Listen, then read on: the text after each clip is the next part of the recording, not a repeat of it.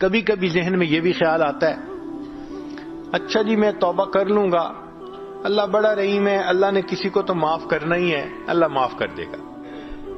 بھائی اللہ رحیم ہے، معاف کر دیں گے، یہاں تک تو بات ہے صحیح، لیکن اگر موت کے وقت ایمان ہی سلامت نہ رہا تو پھر کیا بنے گا؟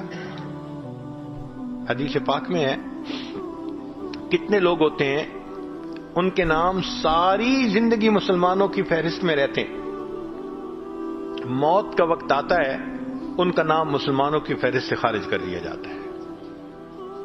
کتنے لوگ ہوں گے قرب قیامت میں یصبح مؤمنا و یمسی کافرا، نبی اسلام نے فرمایا صبح اٹھیں گے ایمان والے ہوں گے، شام سونے کے لیے بستر پہ جائیں گے ایمان سے خالی ہوں گے۔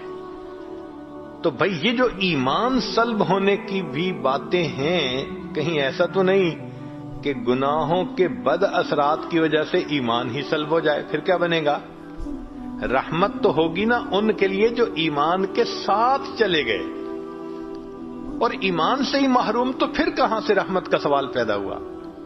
اور علماء نے لکھا ہے کہ کچھ گناہوں کے بد اثرات عین موت کے وقت ظاہر ہوتے ہیں، ان میں سے ایک گناہ زنا کا گناہ ہے۔ اس زنا کے گناہ کے اثرات دنیا میں تو ہوتے ہی ہیں، موت کے وقت بھی ظاہر ہوتے ہیں۔ میں نے ایک مرتبہ حضرت مرشد عالم رحمۃ اللہ علیہ سے یہ بات پوچھی، حضرت میں چھوٹا بھی ہوں، کم علم بھی ہوں، ناسمجھ بھی ہوں، تو مجھے کچھ باتیں نہیں سمجھ میں آتی، آپ اگر اجازت دیں تو میں آپ سے پوچھ لیا کروں۔ حضرت بہت خوش ہوئے، فرمان لگے پوچھا کرو۔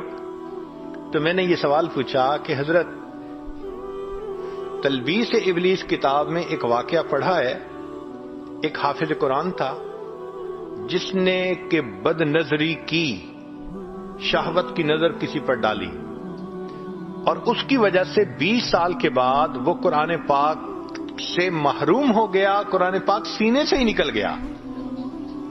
تو میں نے کہا کہ حضرت اس ایک مرتبہ کسی غیر کو دیکھنے پر اتنی بڑی محرومی کہ قرآن پاک سے محروم ہو گیا، یہ تو بہت بڑی سزا ہے۔ تو حضرت نے فرمایا اصل میں یہ اللہ کی غیرت کا معاملہ ہے۔ وہ کیسے؟ کہ اللہ تعالیٰ چاہتے ہیں میرے بندے، نعمتیں میں نے دیں، پیدا میں نے کیا، اب تیرا دل میری محبت کے لیے وقف ہونا چاہیے، یہ میرا گھر ہے۔ جب ہم اپنے دل میں اللہ کی بجائے کسی غیر محرم کو بساتے ہیں اور اس کی محبت دل میں لاتے ہیں، اب کسی عورت کے گھر ذرا کسی اور عورت کو لا کے بٹھاؤ نا، پھر دیکھو وہ کیسے ریئیکٹ کرتی ہے۔ تو فرمایا یہ اللہ کی غیرت کا معاملہ ہے، اور اللہ کو جب غیرت آتی ہے پھر اللہ تعالیٰ کوئی بھی سزا دے سکتے ہیں۔ تو اگر ایک مرتبہ کی بدنظری قرآن پاک سے محرومی کا سبب بن سکتی ہے، تو یہ جو آج اس کے ساتھ افیئر ہے، کل اس کے ساتھ ہے، پرسوں اس کے ساتھ ہے، میرا ٹائم نہیں گزرتا، میں تمہیں ہر وقت یاد کرتا ہوں، میسیجز چل رہے ہیں، ملاقاتیں ہو رہی ہیں، پھر اس کا نتیجہ کیا نکلتا ہے کہ انسان موت کے وقت ایمان سے محروم ہو جاتا ہے۔ علماء نے لکھا ہے زبان پہ فالج پڑ جاتا ہے، کلمہ پڑھنا بھی چاہے کلمہ نہیں پڑھ سکتا، اللہ توفیق چھین لیتے ہیں۔ تو اس لیے ایسے گناہوں سے توبہ کرنی فی الفور ضروری ہے۔